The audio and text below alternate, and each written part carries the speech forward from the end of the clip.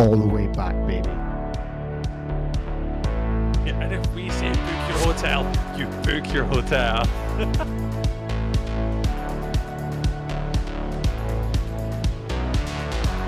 But my lord, I have soiled myself. What do you mean by live? Genuine live? Hello, radio! And now, another episode of The Way We HNC.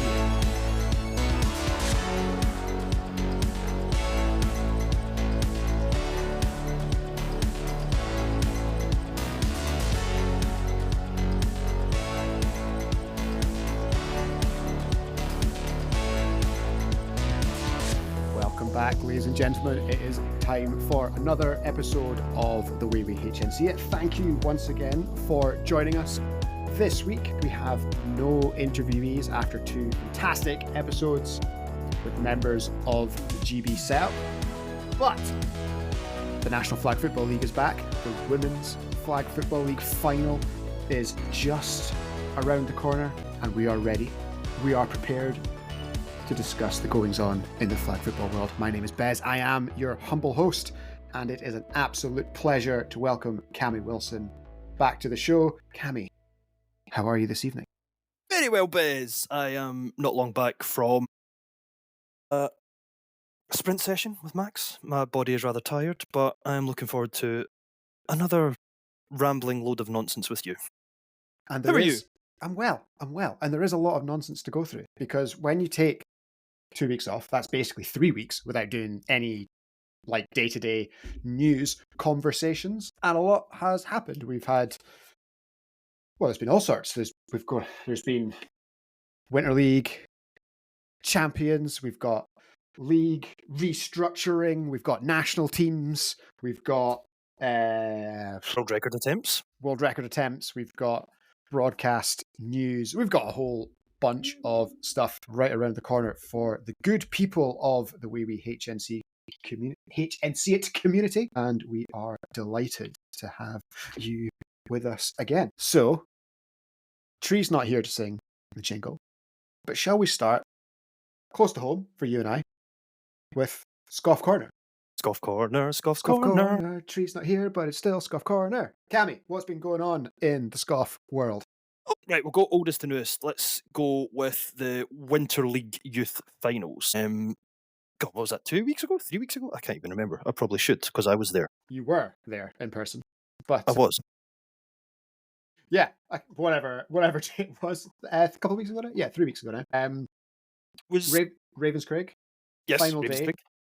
plate It's great. tournament, and also championship tournament under 15. Yes. It was great. I think the kids really enjoyed it as well, because it was a lot more atmospheric. There was 2 pitches instead of 3, like we usually see for the WFFL finals. Then it was, the sidelines were proper packed, and it was like, as the day got on, the more it kind of built and grew, and people understood what was going on. It was good. It was a lot of fun. There was a lot of great games as well. I refed most of the plate games, and there was some great competition going on there with the bottom half of the youth.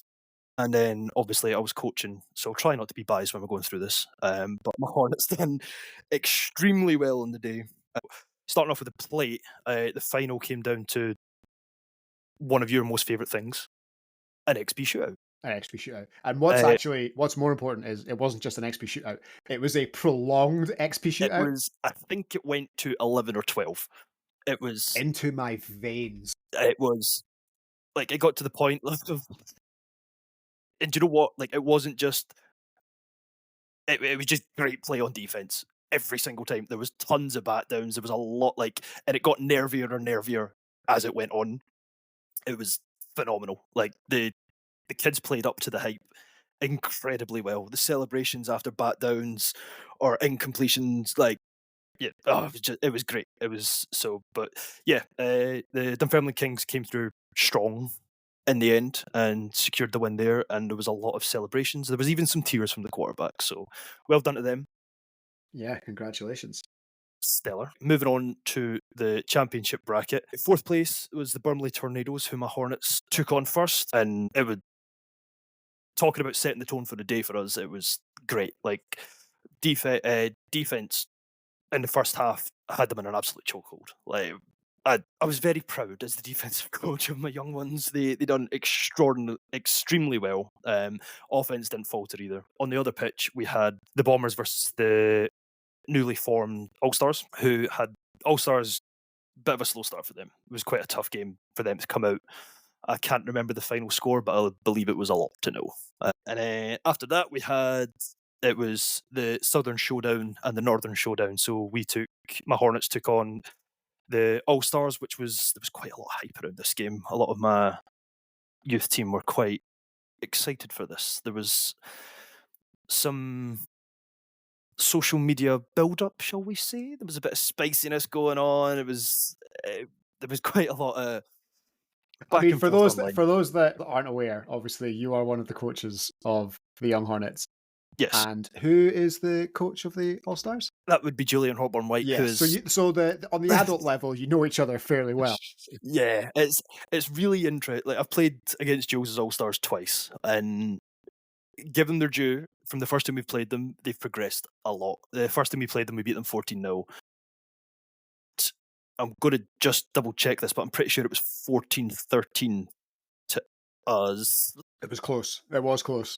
Jules as a coach has been, like, the way he managed the game was very well done compared to what it was last time.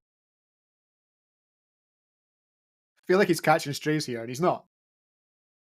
He's not. Like, it was 13-6 to us, but it felt a lot tighter than it was. We got a bit lucky. We scored inside 2 minutes, and there was a bit of to and fro, and the clock rolled down, and it was a learning experience for the All Stars on get on the pitch and get going.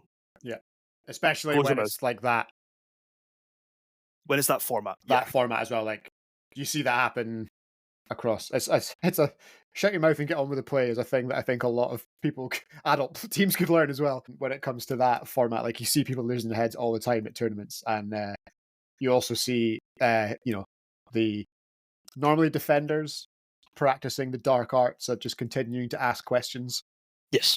While the clock is expiring and someone's losing their mind. Trying to hand the flag back but holding it that little bit too long, or turning or handing the flag back and then pretending the referee said something and turning away and then coming back. I've seen that one happen a few times, and it's like on the sideline, you're just like, I kind of applaud it, but on the pitch, like, I would be so mad. Yeah, I'm generally on the pitch, like, I try and keep myself pretty level-headed, but like, if I saw that happening to someone like, my team was trying to get their flag back, I'd just like shake, be like, oh my god, we're being played for fools.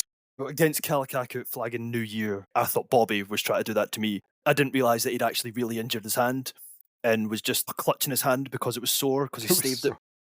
And I just ran up being like, get me that, pulled it right out of his hand, not realising he was in agonising pain. And I did apologise to him after. But anyway, I digress. Back to the youth. Back to the kids. That game gave us a lot of momentum. We pretty much secured our spot in the final. There was nothing that could have happened there. So we had a round robin. We still to play the Bombers before we even went into the final. Fife played. I don't actually know what happened. I'm pretty sure Fife beat the Burnley Tornadoes. Burnley, yeah. Before they even played the plate game. Oh, okay, I'm not sure about that. Yeah, I just know the final standings. But... Yeah, so in our last game of the round robin, we played the Burnley Tornadoes and the Lancashire Bombers, and I put one of my kids in charge of defence. I was like, go nuts, go and have fun. We just rotated heavy. We had our third or fourth. No offence to Finlay, he's great, but he's not even third or fourth string QB. We just like, go in, have fun, let the kids run a bit of a mockery. 5-player blitz. If they want to do it, I was going to let them do it. They had a lot of fun during that game. I have a terrible influence on defenses. You're a blitzer. You always are. Just blitz everyone. Yeah, it's fine. Why not? And then the plate final went ahead after a massive emotional swing of beating the All Stars, and then a total relaxed game against the Bombers, just messing around, trying to like bring them back to that in between level. Like they calm them all down, breathe, And let me tell you what a final it was. And I know my team lost. We lost by a score. I think it was 32-24. I should really know this. 32-24. I got that one right. It was great. A lot, like, don't get me wrong, losing any final was not fun, but from a team that dominated that whole tournament, from start to finish, they were ruthless. To then lose that by a score, like if we go back 18 months ago to the year before in Winter League, and I was reffing the game. It was back when the Hornets were previously the Paisley Bears. I was refereeing that game, and they got absolutely stomped on. To then a year later play them in the final and lose by a score, it was great. Like I'm good. really proud of my lot, and also congratulations to the not the Burnley Tornadoes, the Lancashire Bombers. I mean, congratulations to the Tornadoes as well. But yeah, of course, yeah. It was a great day. I think the kids really enjoyed it as well, like especially without the adults there, and then being in the limelight with the two pitches and a massive sideline and a lot of noise. It was good. And both sides of the ball, even our sideline was pretty packed. In the centre of the pitch, between the two pitches, we had massive support from the All Stars and some from other Scottish teams coming to shout us on.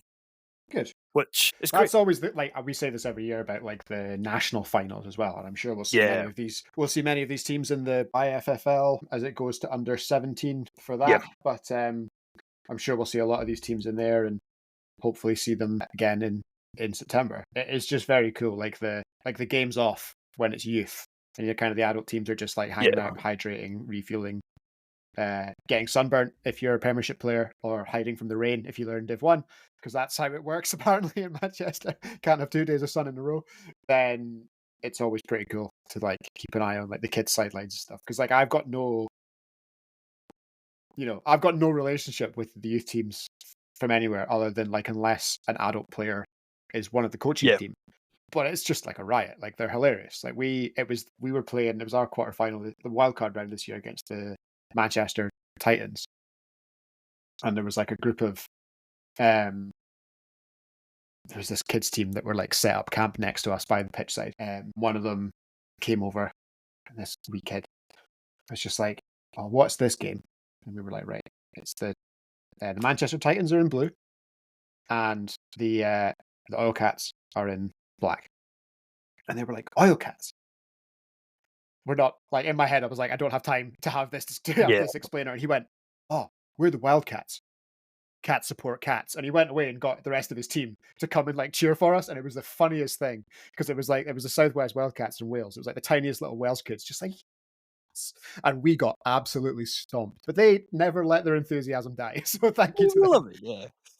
Going from so when I anytime I've played in a final, I am very much in the zone. Like there's people on the sideline trying to wish you well, give you a bit of congratulation, a bit of motivation.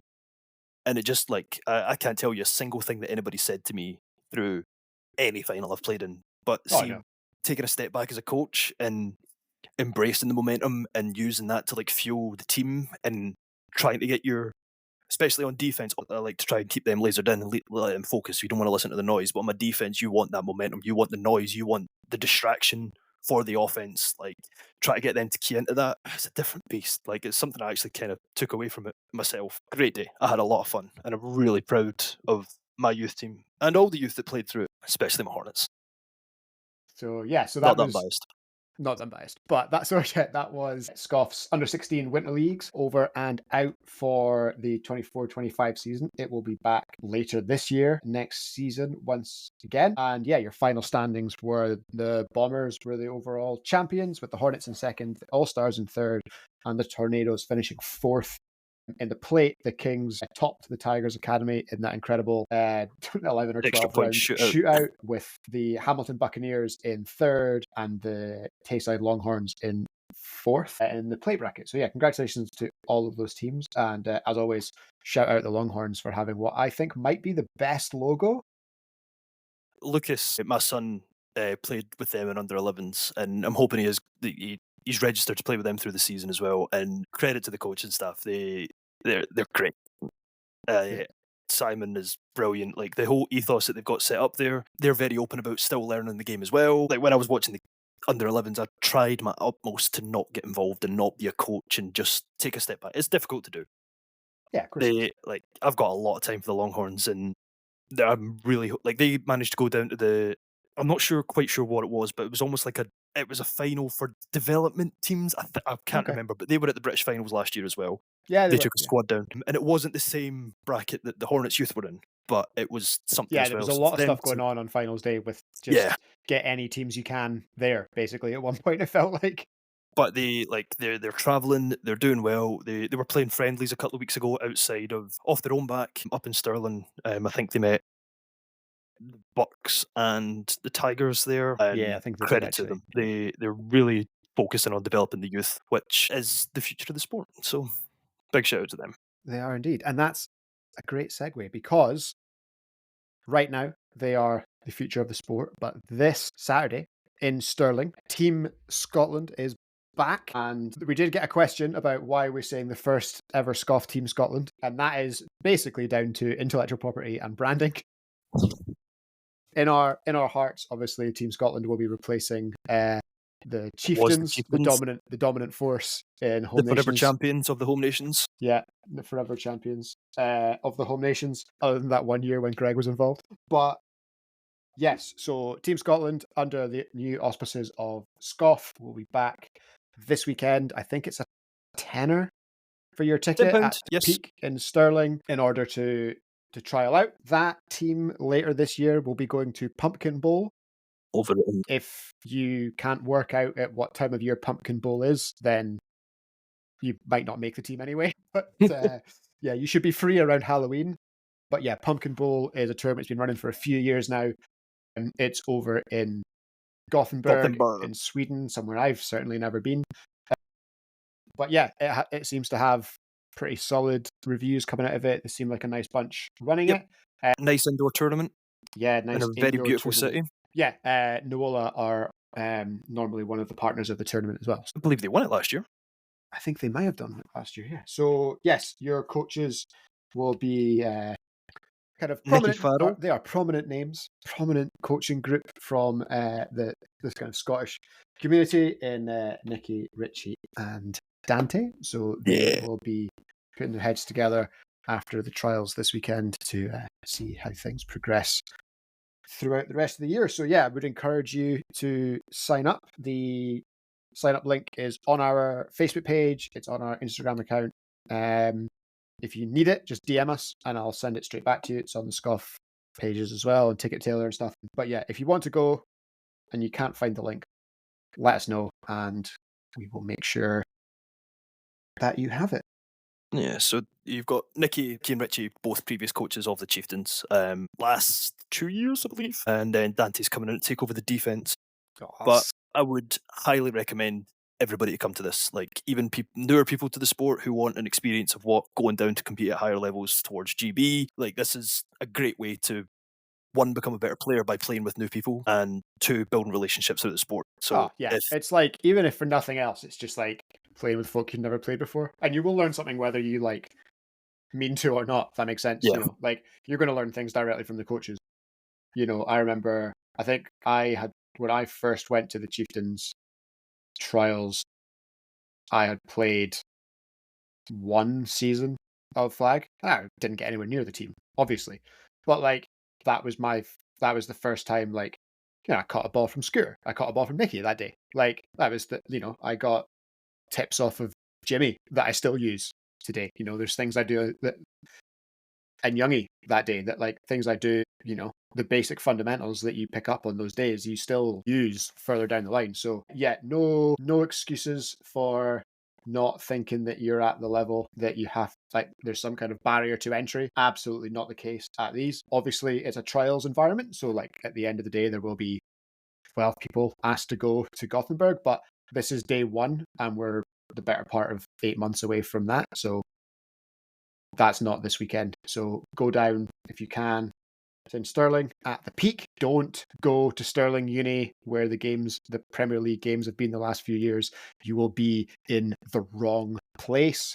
It is at the Peak, which is on the other side of Stirling. It's 35 minutes the wrong direction. Yes, you'll be on the wrong side of Stirling, so you are going to the Peak Sports Centre. And yeah, you'll be on the Astro pitches there. And we have one last thing from Scoff Corner. This is an exciting one. And it's literally a biggie. The biggest in the world. The biggest in you the could world, argue. potentially. World record attempt is being mulled over by SCOFF. We are considering holding an event which will break the Guinness World Record officially for the most flag players involved in a single flag football game.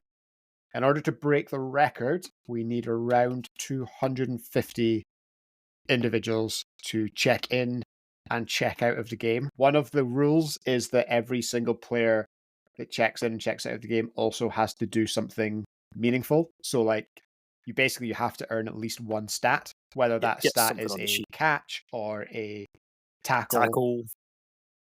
or whatever. touchdown. But like everyone has to have like a thing. So it's likely that the game will go on and on and on and on and on until that is achieved. At the moment, we're not sure if it's viable to do kind of in the immediacy, which I mean in the next 12 months or so, or if it's something further down the line. So on the SCOFF page, and we will share it as well on our pages, there is a form you can fill out. Basically, as an expression of interest. I spoke to SCOFF chair Alan Young earlier on, and he basically said if he's got 150 expressions of interest by the end of the week, then it's something that we will start to actually put some proper planning into. If not, we'll shelve it and we'll come back to it once we've kind of built a bit more infrastructure around it.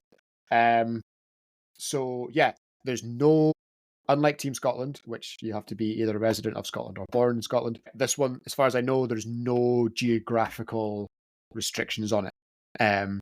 So if you are further afield and you're willing to travel in order to have your name in like type 7 in whatever Guinness Book of Records it gets entered into, then yeah, fill the form out and we'll keep you up to date with how that goes over the coming months, years, and whatever. This isn't the first. Oh, on you go. One of the mad things about it is it has to be videoed so that the stats can be verified. But now, who does that? I don't know. Right? Like, who... Is they going to have someone from IFAF sitting next to them watching the video? It's like, who's that person though that goes, okay, number 12, yeah, they made a catch. Tick, 12's good, 1. Right? Like, I don't know who that person is or who that group of people are. But what that does mean is if you're going to record it, you may as well live stream it. Oh. So we'll if it gets that far, then yeah, it will be a camera on the pitch. Go, see you in 12 hours or whatever. I don't think it'll be a. But I mean, is there a record for the world's longest flag football commentary? Maybe commentary stint. Oh God, Bez, don't put me on the spot with this. You're doing it live. So maybe just sit there for 26 hours of non-stop commentating. What I was going to say was this isn't the first world record. It's been beaten now, but he held the longest continual game of flag football at one point. Yeah, they did. Until it got beat. They did. It wasn't very long. It wasn't very long after. No, like a bunch of Americans found out we'd done it and were like, you know what, we're going to do that by an extra hour. We'll do that by an extra hour, yeah. And I think by the time, like, it was almost never acknowledged because by the time it would have gotten verified, it had already been broken again. Yeah, for sure. But yeah, there's a lot of people from the flag football community that will remember the marathon game. I'm not sure how much of the marathon game you remember, Cammy, but I have no idea what you're talking 24 hours locked inside Ravenscraig, coming to the tail end of a pandemic winter. Like, doesn't ring any bells to me. Brutal, but yeah. For those that don't know, I got about 6 hours in, hurt myself, tried to play for another 2 hours, then decided to go and sleep on a crash mat. So yeah, yes, if they ever try and do that again, I can imagine I won't be selected. And you know what? Kind of fine with it. Yeah, marathon game, Guinness World Record, longest games, most players ever in a single game. That is what is on the agenda. So if you're interested, go find that little form and fill that out. And that brings us to the end I think, Yeah. of Scoff Corner. Scoff Corner, Scoff Corner. The corner is over for another week. Okay, What's next? WFFL. UFFL. Been meaning to discuss this for the last few weeks, but our fantastic guests have been so fantastic that we've never really had the chance. So let's do some scene setting, shall we? Okay. Paint a mental picture. 19th of February. We did a show, we posted a blog, we said this is what the teams have to do to qualify. We did the countdown. We knew how many playoff spots there were. We knew how many playoff spots in the north and in the south were available. We knew we had a weekend of football to come. It was crazy. The weekend was spread over 2 days and across both divisions. The juiciest individual day was probably the MSC round robin between the London Flame, the London Amazons, and the Leicester Huntsmen. They were the three teams that were in command of their own destiny, really, in order to make the final stage. They could win the race to Ravenscraig before a ball had even been snapped on Sunday. And it was weird. They left the door open for the Birmingham Lions. They did just that. The London Flame, armed with their most complete squad of the season, came out and put a little bit of a marker down with a 45-6 win over the London Amazons. The Huntsmen and the Amazons in their first game drew 7, which immediately caused my phone to explode. Once we posted that 7-7, my phone was just like, yo, what does that mean, like, for anyone? And that means things are going a bit mad. That's what that means. But the tie was all the Huntsmen needed. So they got that. Wasn't super convincing, but they got it. They're in. They then, however, lost to the Flame. The Flame got the 2-0 they needed, which put all the pressure on the Lions the next day, because they would then have to go 4-0 to have any chance of making it to Ravenscraig on their first season back. Simultaneously, in Leeds, the Samurai, the more wins they got, the easier it was going to be to ensure they progressed, the more pressure that they would pile on the Aberdeen Snowcats. 3-1, basically, that's all she wrote. 4-0, slam dunk. There's nothing that anyone can do about it. But if you lost a couple of games, could get interested. The squeaky door would open to Sunday. So when the Samurai started 0-2 against their local rivals, the Titans, 21-0 victory over the Samurai, and the Giants won a close one, 18-12. Eyebrows around the league started to be raised. Samurai said absolutely none of that, with a 26-7 win over the Titans Bees, which left one game. Samurai Huskies. And everyone was like, well, Leeds will win this. They'll put a points difference up. It'll be all good. Only for the Huskies to turn around and say, hang on 1 second. We are off to an absolute flyer because we've just beaten the playoff-bound Giants 34-33 in a thriller. Maybe we can have the Huskies right at the end of the game. I believe around the 2-minute warning, Samurai went 7-0 up, and that was enough to win the game. Bang! Aberdeen, you got to win them both now. Got to win them both on Sunday. Just to clarify, it Tough was task. 1:27 remaining in the game. 27 remaining in the game. Leeds scored. This is why we love the WFF. So as they went to bed on Saturday night, we knew the Pirates had already made it. The Titans and the Giants, safe, tucked up with a teddy bear. They know that they're going to the playoffs. But Leeds, they would have maybe been keeping an eye on scores from the north. Because what if? What if?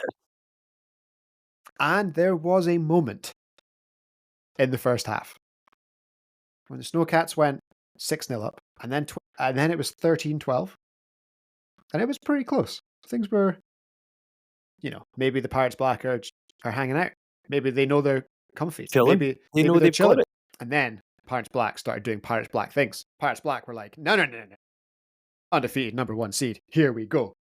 45-12. Leeds, sigh of relief. It would take a monumental change now, for anything, really, for potentially the most surprising scoreline of the season. Not so much in the final result, but the literal scoreline. A scoreline that when we posted, we got more questions, I think, for this individual score than I've ever had for any score. And I get stuff wrong when I post it all the time. But this particular one, are you guys sure about that? Is that the final score? Are you for real? Is this a typo? Snowcats 0, Pirates Red 2 on a safety. Ladies and gentlemen, I cannot remember any 2-0 victories in I think recent that's history. scorecard bingo. Because that would have to be the middle square on scorecard bingo, because that is absolutely spectacular. 2-0. The last 2 minutes of that game must have been absolutely insane. Like, it must have been so tense. Like, I wasn't there. I don't know. I know Andy was there, Andy Keith. Imagine you were the Snowcats and the Pirates have got the ball and they're trying to kill the clock and they've just got the ball back on their own 5-yard line and they're flirting with that goal line a little bit too much. Oh, That's you said could have everything been. you've got to try and get that right. 2 all. Like, Oh, unbelievable. Unbelievable. yeah. And then, to round off the season in the HNC, the Pirates Black took on their clubmates, the Pirates Red. And it produced a photo, which I've been calling the Smiling Assassin. That one of Ainsley. There's an incredible photo of Ainsley holding the ball, laughing, looking downfield. I'm not sure what one of her teammates has said to her or whatever, or what's been shouted at her. But if the opponent looks that happy and that comfortable with the ball, bad things are about to happen. It's not good. And Pirates Black ran out 39-6 winners. So that gave them their 12-0 undefeated season, with the Titans 8-3-1 in second, the Giants 7-4-1 in third, and the Samurai at 7-5 to round out the HN. But in the MSC, We got Juice.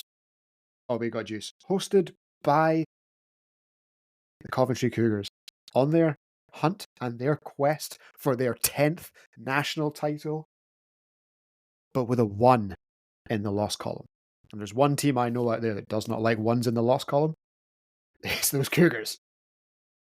They would face a rematch against their cross-town rivals, the Panthers. Panthers, in the race for the number 1 seed, started with an 18-point head start given the game last time out. And I thought, naively, I think they might win the game, but I don't know if they'll overturn an 18-point deficit. Big ask.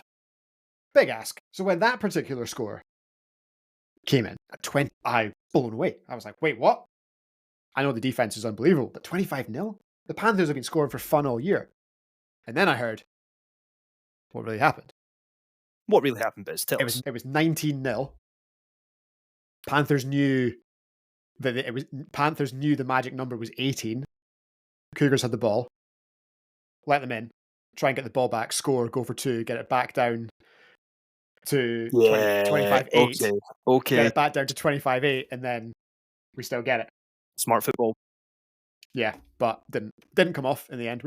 It's always a weird decision when you're like, I would like the opponent to score to give myself a shot. But it didn't work. So Cougars 25-0. They're now thrown up into the 1 seed. The Lions, their final game of the season, as we discussed at length, was going to be against those very Panthers. Lions versus Spears, 46-6. Lions versus one more win. And One more.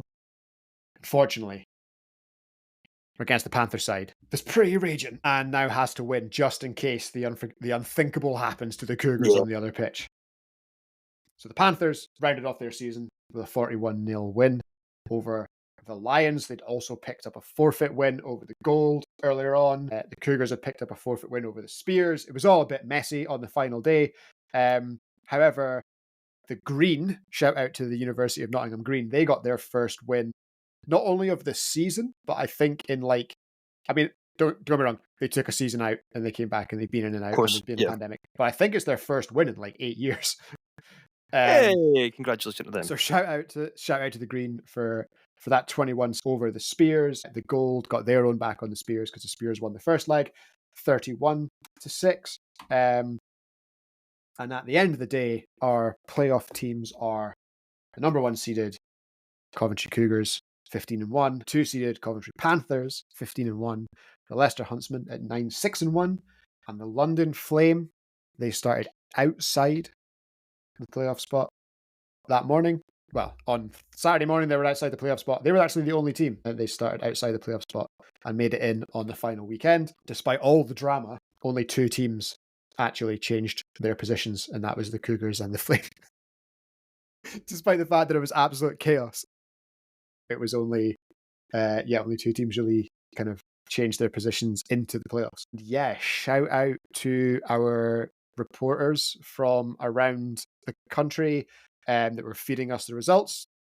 This is a show where, the hosts are based in Scotland. It's very difficult for us to travel directly to game days. And without you guys out there being kind of willing to take pictures of score sheets or ask referees for the score sheets and send them in so we can get them out to everybody else around the country who's interesting, it just wouldn't work the way it does.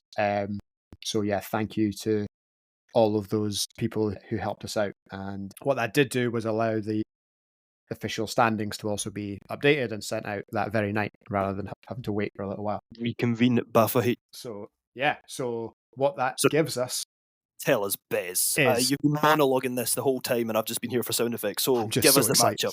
Give us the matchups. what I actually think might be the matchup of the tournament is game 1. Pirates Black versus London Flame. I think that's just juicy. I like it. Also, solid matchup, solid uniform clash. Like, because it's like the black with the orange, and then the Pirates. I know that one of them will change. Like, the Pirates red is one of my favorites. Yeah. Like, the Pirates red strip is one of my favorites. The black one is also, like, they're both fantastic, but I don't know. I like the shade. Like, red jerseys are hard because if they're too dark, they're like a bit muddy, and if they're was that a dig at the Crows? So hey, that's burgundy. Burgundy. Okay. Allegedly. It's all right. Greg's not here. Crows aren't even that color.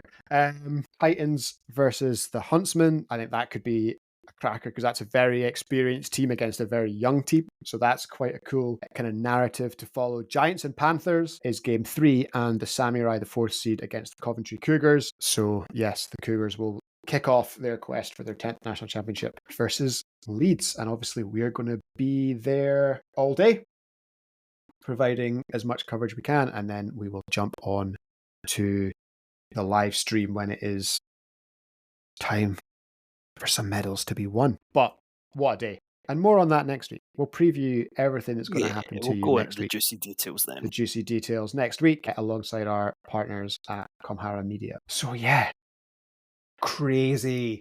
It was so good. Like, I was on my holidays and I delegated pretty much everything to you and Tree and the group chats. And I was just having the time of my life. Like, it was, Bez basically threw me into a group chat with a bunch of people who said, cool, when this happens, send it to Tree, we'll get a graphic out. And I completely forgot that Scotland were playing England in the rugby. So the second half of this day could have went very badly. But thankfully it never. So I managed to get all of it done from a pub in the middle of Glasgow. But it was great. Like, and it was quite the interesting locations though, because you were in a pub in Glasgow. I was sitting in a nice lounge bar in Ullapool and discussing the flag football goings on in Leeds, Aberdeen, Coventry. It was good. I didn't quite realise the impact of what was going on until one of our reporters from the MSC, the Southern MSC game day, said, what the heck is going on in the north? And then I kind of put it all together and was like, Don't know, man. It's weird. Not there, but it sounds juicy. So yeah, obviously that means congratulations to the MSC champions, the Coventry Cougars, and the HNC champions, the East Kilbride Pirates. Obviously they will be looking for much higher accolades. Yeah, fantastic regular seasons from then to win their respective conferences, get their number 1 seeds, and yeah, potentially favourable matchups throughout. Personally, I know it doesn't make for great entertainment, but I would really love a replay of last year's final. I think I would take that right now, I think. Yeah, like Pirates Black, the refined team going up against Coventry. Well, I am all in for that. I can't wait. The the game that, like, the potential, if you play it out with the high seeds winning every time, the semi-final round, Pirates Black versus Coventry Panthers, to me, that is ludicrous, Yeah. right? Like, I just think that's an amazing. That's that's that's a game with a 27-1 record, right? You know what I mean? Like, Yeah. so, like, how good is that? Yeah. So, like, It'll be a great day. that's I'm looking forward that's to it. I can't wait. I'm so excited. Absolutely. I think it's probably up there with I think it might be my favorite, like, my favorite day of the year that I'm It's not playing for. Like, well, even the ones I do play in, this is probably better than all of them. I love it as purely as a spectator. So 2 years ago, I was helping you guys out. I was behind the camera doing stuff away behind the scenes. But last year, I had literally got off a plane from Switzerland about 7 hours beforehand, woke up, put my Pirates jersey on, and ran down. Not that, again, try not to be biased. I'm a host now. I can't do that. Yeah, Um, you can. that was like, I had a great day. Like, the turnout for obviously Ravenscraig's quite favourable for support for the Pirates, but it was phenomenal. Didn't get the result we wanted at the end, but I loved it. It was a good day. I watched it back while I was chopping it up for the YouTube, and, like, for me, like, I normally watch them back afterwards anyway, just because I don't remember much of it, like, Yeah. because there's so much stuff, like, going on at the time, and then now, like, yeah, like a year and a bit removed because it was December, so we're now like 15 months on Yeah. from it. Like, it was such a good final. Like, it was It such a was. good final. And yeah, like the Cougars, the play the Cougars ran to, go 2 scores up inside 2 minutes, Mhm. like right at the end, was like, it's glorious. Like, it's so good. It's such a good play. The So time, I didn't really appreciate it. It was the dagger in the heart for us, well, for the Pirates, and yeah, yeah, and but like, like yeah, and like, looking obviously, watching like, it back, you can appreciate it. Like, yeah, if you're they're watching, such a good like, team. you should run that play. There you go. There you go. If you're on the 7 or 8 yard line, guys, there's a play right at the end of that video that you should be interested in. So yeah, Would looking they'd be tying the forward to. Kokori Bulls for the longest tenure of holding a trophy, wouldn't they? Is that, were they 10 years? No, Or they was had it a 10 year off. champions? They had a year out. They missed one, so there's been 11. Ah, There's been 11. What is now the WFFL finals, and the pub quiz question is, who's the one? not even going to pretend to know the Because answer. I don't think many will know it. But I'm leaning towards like Giants or Birmingham, to be honest, but I could be way off there. I will. I can't remember. I can tell you the year. I'm looking for the year. I know the answer, but I can't find where my. Are you going back in the archives, get Bez? I'm going back in the archives to find out the league history. Because I can't remember what year it was. It was 2015. So 2013, Cougars over Warwick. 2014, Cougars over Northants. 2015, Warriors over Cougars. Warriors. London Warriors over the Cougars. And then ever since then, it's been the Cougars, and they have defeated Sheffield Hallam, the Hyde Park Renegades, the Sheffield Giants, the Hyde Park Renegades, the Hyde Park Renegades, the Hyde Park Renegades, and last year's East Kilbride Pirates. Solid. So yeah, this year we'll be adding an extra line in the archive of the Women's Flag Football Because League we'll have a to add plate as in well, of course. Yeah. 2024. I haven't been able to track the plate, so they aren't listed, unfortunately, or at least beyond the ones that we have live streamed, because I can just go look. Yeah. So at the moment in the archive, the only thing is the national champions on the women's side. But yeah, I'd love to add to it with other tournaments and stuff. Unfortunately, just a lot of them are before my time. So happy for someone to send me a history of kind of domestic UK women's tournaments from before the pandemic, for example. So if you're sitting on that goldmine, I would like it to make public, because that would be a very cool way to record the history of our sport and the women's. And just while we're on the topic as well, Yes. if anybody has a level 1 ref qualification and happens to be in the Central Belt area, if you would fancy coming along to maybe watch some games and potentially ref some, that would be a massive help to us, because we We still need a couple. Yes, we could do with a couple more. My understanding is that even if you could only do a couple of hours, half day either side, that would be great. The first game is due to kick off just after 12, and the final is due to kick off at 20 past 6 at night. So yeah, if you're free during that time and you would like to dive in as a referee, you just need your level 1. You will be paid for your time. So yeah, please reach out to us or reach out directly to the league organizer, Alan Young. If you need some help getting in touch with him, DM the page and we will put you in touch. Quite happily. Quite happily. Okay, we have maybe we have 2 last items. Do we? So the News to Women's me. Flag Football League has come to the end. Yeah, that Flag thing. football never ever stops. It does not. As one Much. season ends, another rises up like a phoenix from the ashes. As of Saturday, the quest for the 2025 National Flag Football League national champion begins once again. Division 1 North A, Division 1 North B, and the Midlands Division all kick off this weekend. The Premiership and the other Division 1s will wait until April, but some of these are slightly larger divisions, so they are going to get underway early. And the drama, the intrigue of this season is, of course, the fact that there is a potential restructuring of the leagues that will be decided upon by club vote. This show will go out on Wednesday morning at midnight on Wednesday, and that's Wednesday the 12th of March. The vote will shut with the league committee teams.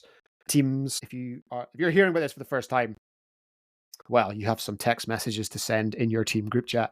Team admins, Quick decisions to if you make. don't know how to vote, then check your email inbox, whichever one BAFA have. The format, there are 4 options for the format of 2026. One of them is to just stick with what we have. The other 3 are various realignments of the pyramid, basically spreading out to 3 tiers, if not more, through time. We could devote a show to this, and We could talk about this for a long time. last year I wrote a blog which was very similar, essentially, to Structure 2, perhaps? Is it closer to Structure 2? About what the future could potentially look like. But essentially the idea was, at some point in time, there will need to be a national league where the best teams in the country just play each other all the time. For the obvious reasons of what does a national championship caliber team get from playing a fringe yo-yo team? Yo-yo team. And Yeah. what does a yo-yo team learn from getting 50 or 60 put upon them, right? And if you've never been beaten by 60, fair play, because it's not that much fun. It doesn't happen. Thankfully, it hasn't happened to me very often, but when it does happen, you know it. Once someone breaks the point a minute mark, you're like, oh, geez, why are we still doing this? So yeah, potential structure number 1 is essentially an 8-team national playoff, which would be the top 8 teams from this year's BAFA finals. So basically, quarterfinalists for 2025 in the Premiership become 1 division. Crazy, but also a lot of high quality, meaningful games. The second tier would be 6 groups of 6, kind of the way the Premiership is now. And then below that, we would have Div 1. Again, kind of similar to how it is now, 6 to 12 teams, cross-conferencing on our way forward. Option 2 would be, rather than 8 in the national, there would be 12, and they would be split between two divisions or conferences, North and South. But that would also be played cross-conference. And then again, the Premiership's 4 divisions of 6 based regionally, and then below that, Division 1, with everyone below that based regionally. And then finally, potential structure 3, 2 national divisions of 8. So kind of similar. It's quite similar to what we have at the minute. Similar-ish to what we have now. But still different enough, I think. It's easier to imagine once you see like kind of how it would have been after last year's. Once the boxes are filled with teams, it's kind of easier to work out. But yeah, kind of similar where the top HNC and North teams would become one division, and the top Yeah. teams in the two Souths would become one division of 8, and they would kind of double round robin it in 16 games, and then finals would be finals. It's a pretty meaty subject, and you can rabbit hole indeed, Cammy, before we came on air. You and I rabbit holed We did. We for spoke about about 20 it. minutes on this, just scratching the surface of it. So what's your like a kind of overall on it? Like, what do you And I say this, I ask know I'm Cammy sitting on Wilson? as I'm saying, as a player, sitting on the very high horse that I am, because I'm part of a team that's been in the top 3 for the past. champion. Yes, essentially. Thank you for saying that without making me say it. I Say want it. option 1. I want to play against the best. I want to go and play Cardiff twice a year. I want to go and play London twice a year. And I know it could potentially take away some smoke from, sorry, not as in the literal smoke, as in the sense of the word. Yes. It's from like a playoff perspective. I get that. I would much rather personally go and play these teams more often and not have a playoffs. And I think that's the development. I know, like, I understand both arguments. There's some people saying that you're still going to have yo-yo teams. Some people saying that teams aren't structured enough to be able to travel that far. Some saying it's too big a jump. Maybe we should go to option 2 for a couple of years and then go to option 1. I understand all of that. But personally, I want to go and play the best. I think that's the best for the development of the sport. I think it's only going to make the players that we have at the top level better. I think it's going to make the GB team better. Don't understand why anyone that would be in that bracket wouldn't want to be in that bracket. Personally, and that's what it is. Like, each team's going to have a discussion amongst themselves, and they will put forward the majority vote for their team. But for me, option 1, for the betterment of the sport and for selfish reasons, is the way forward. Is what I believe. Agreed. And as someone who does what we do week in, week out, number 1, potential structure number 1, national conference, 8 teams. Every game is meaningful. That's what you want to watch, right? Like, Yeah, if like we're that. talking about a marketable product, that's it. Now, obviously, I'm going to say it because otherwise people will say, you never said it. Yes, of all people, and I know we bang this drum and it becomes a meme, right? But of all people, I understand the key downside of this idea. If Aberdeen were to make it to the national division, you would never hear the end of it. Imagine you guys didn't get home day. I cannot wait for Tom to come back on just to calculate the miles that you would need to travel. It would be amazing. It would be amazing. Yeah. Like, we might have to start the podcast review of motorway service stations. Maybe we should do that anyway. But yes, like the key obstacle for teams is going to be if you put, like, I think if you go down to the example, because it's based on the 2024 finals day. Finals, yeah. Which is like the easiest way to do it. You've got the Chichester Sharks and the Glasgow Hornets in the same division, which is like hysterical. But like they're 2 of the top 8 teams in the country. So of course, yeah. Why should they not? But yeah, it gets into like weird territory. Like, if we had if you went back a year to the 2023, and I only know this because it was the Sharks we played in the wildcard round, like we won that game. So then it would be like Aberdeen and like, yeah, the London teams, Reading, that are in the same division, and it gets pretty wild. And like I fully appreciate that. Imagine this is a sport you could watch week in, week out on a stream. I mean, that's for those that understand flag football in Great Britain. Option 1 sells itself. I don't know if you can sell it to Sky Sports, but I mean, it sells itself to the community that exists already. There's so many twists and turns in it. Like, it's even like talking about travel and stuff. My role on the committee for Glasgow is to organise travel and hotels. Make sure that people can get to places, have a room booked for them. That's my job. And doing that, getting to Manchester with the bunch of guys I play with can be difficult enough at times. So if you're telling me I now need to get the whole team from us to London and book flights, and then get from London to Chichester, it's chaos. But teams are going to need to deal with this. Yeah. You can And either evolve or you can be left behind. you have a year to work it out. Yeah. It If just like BAFA can get yeah. the game days out early enough, I don't see a problem. You can get a flight to London from Glasgow for 50 quid if you book it early enough. And again, talking very selfishly here, there's means and ways around it. Yeah. And like I personally, as an Aberdeen player and someone who lives 2 hours from Aberdeen, personally, I'm at I could be persuaded to go for Division 2 for Proposal 2, which would be Aberdeen, Edinburgh, Glasgow, Grangemouth, the Crows, and the Titans, based off of 2024 results. Cardiff, Cheltenham, Chichester, Smoke, Northants Titans, and Reading Devils, and then play each other cross conference.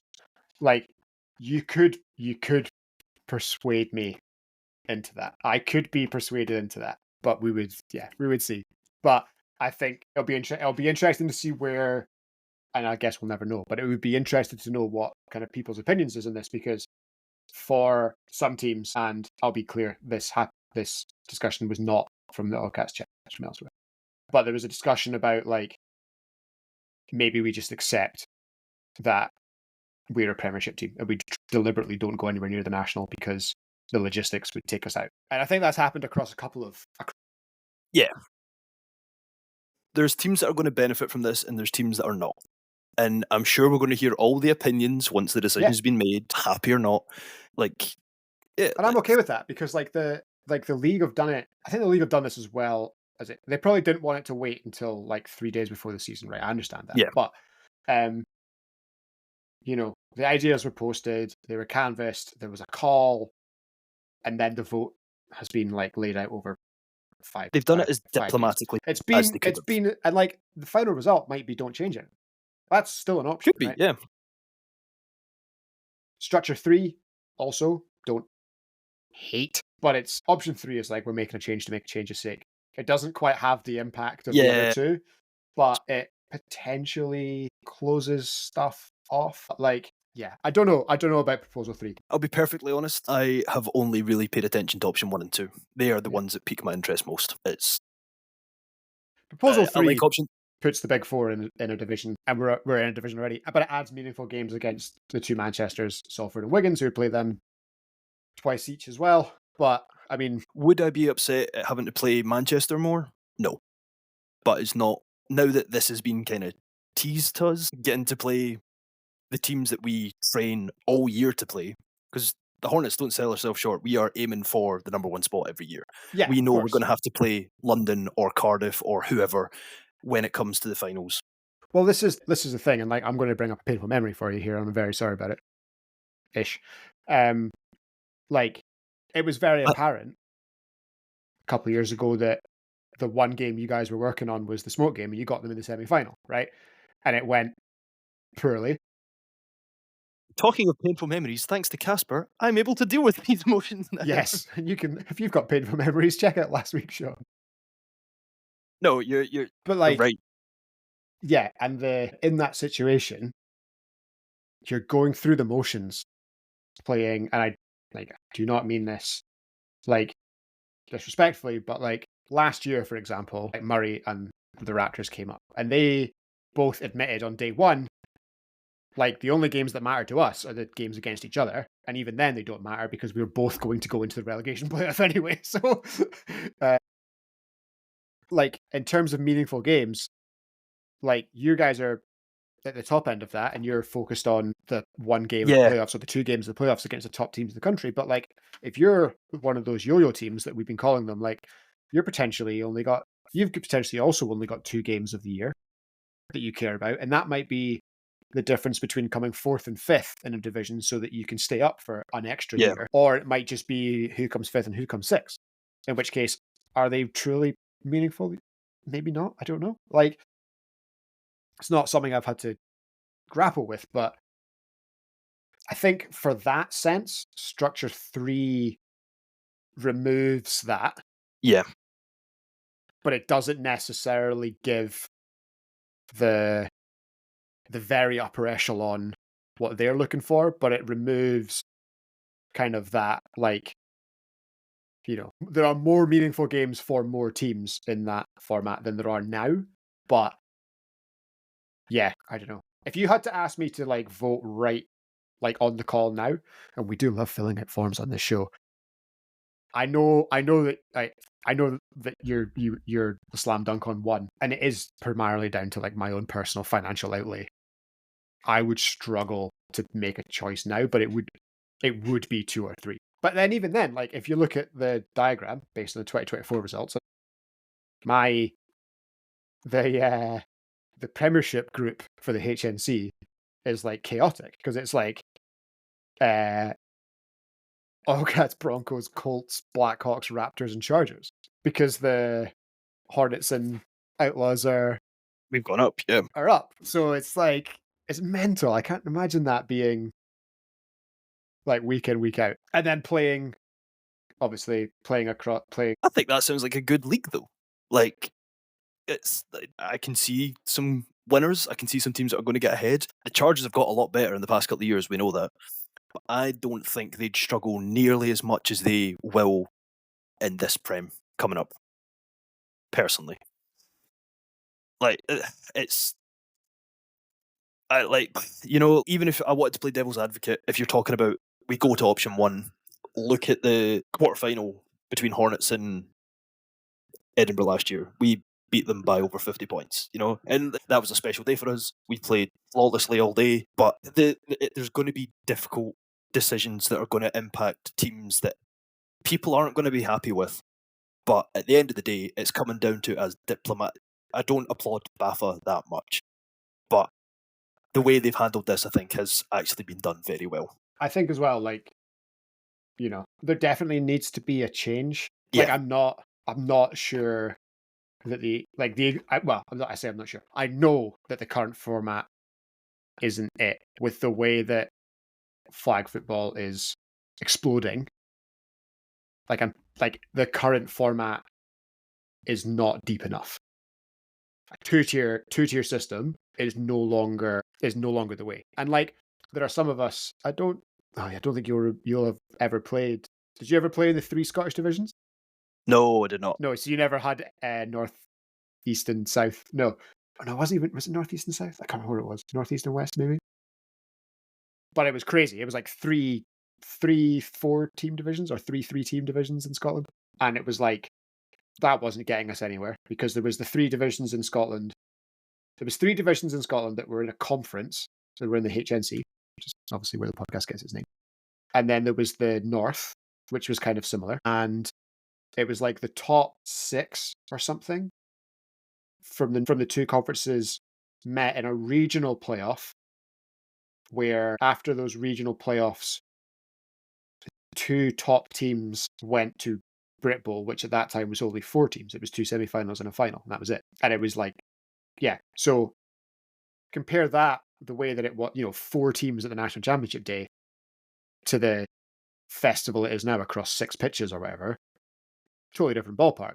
But the sport, like, it's evolving at such a rate. Like, there's more teams now than there ever has been, in memory. And most of these, like, loads of teams have 2 teams now, and some teams have 3, and we're starting to get into a situation where teams have 2, if not 3 teams in the same division. Like, look at London last year. It was exactly. London, Reading, Chichester, and London, with the Rebels. So, like, it's a totally different ballpark, and that's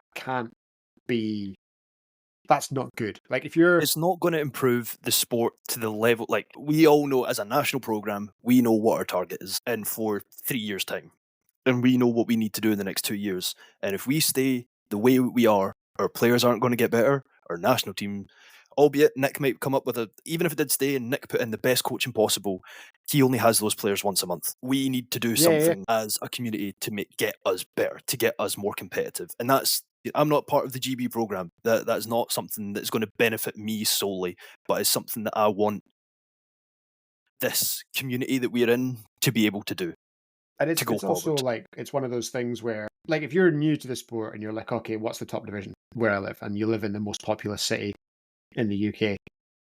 You're like, right, so the top division of this sport has 3 teams from the same club in it?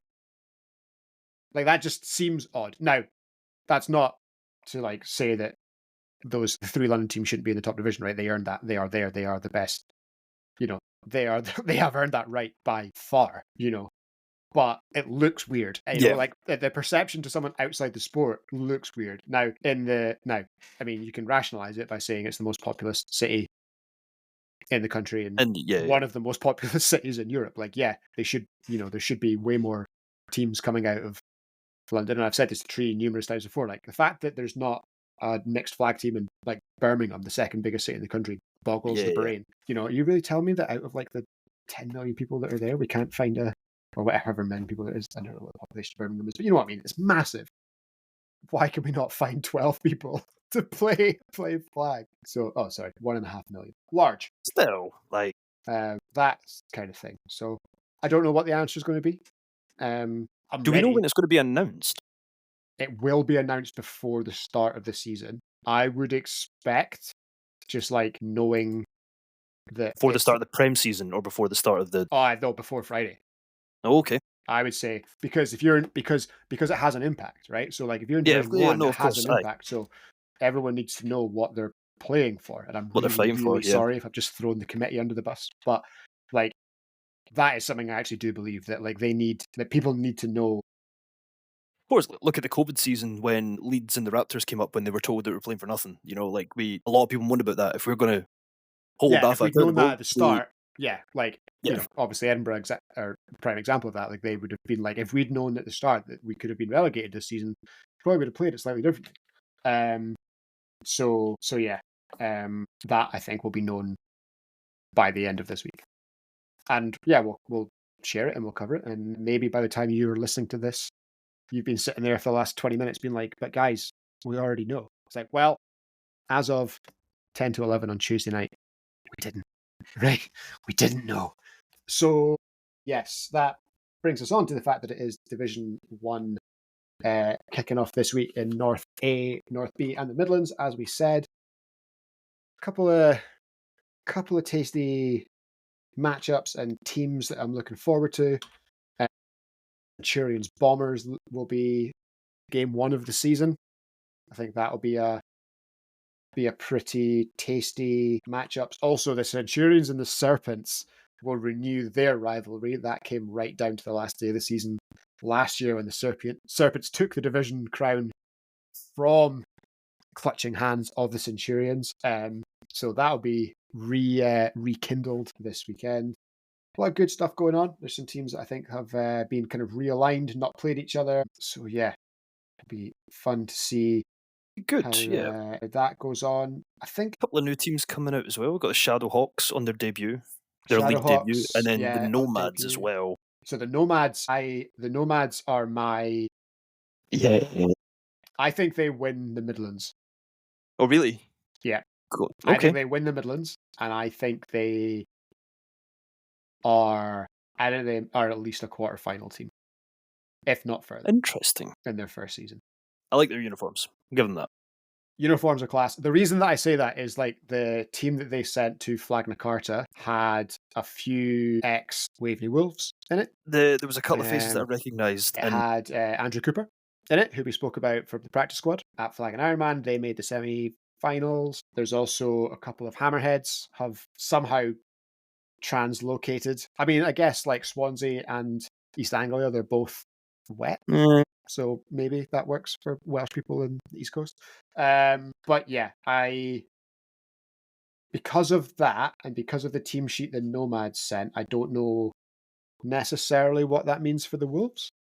Obviously finalists last year, but if they've lost some players to a new team in division, does that mean that they're going to struggle this year? I really don't know, but we will wait and see. But the Midlands is one to watch for. It's The Honey Badgers are in there. They won the Division 1 plate last year. The Huntsmen are in there. And the Longhorns have split between two teams this year. So they've got the orange and the black.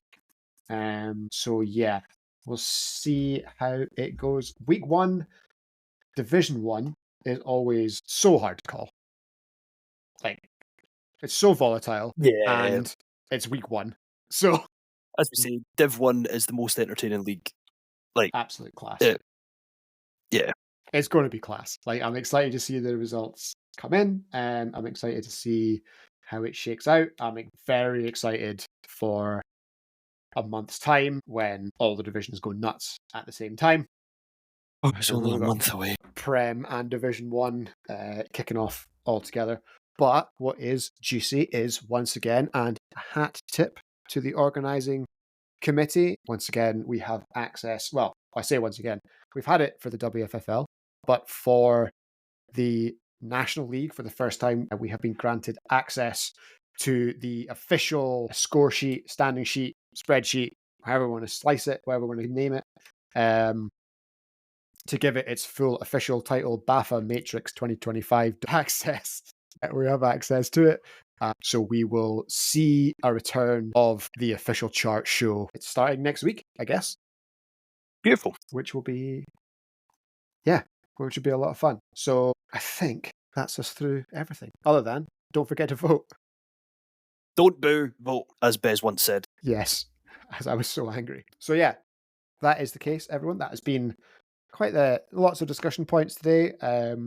For what we thought was going to be quite a short episode, we are an hour and 20 minutes later. We are well in. So yes, we'll have if you are playing this weekend, best of luck. If you are practicing ahead of the WFFL final, good luck. Hope practice is smooth and as perfect as it can be. Hope you bring your best to Ravenscraig in a week and a half's time. We'll be there. We're looking forward to seeing it. We will bring you scores of the National Flag Football League this weekend. And the results of the all-important 2026 structure vote. But thank you very much for joining with us. Flag football community, it is always a pleasure. It is goodbye from Cammy. Goodbye. It is goodbye from me. Thank you once again. That is the way we HNC it.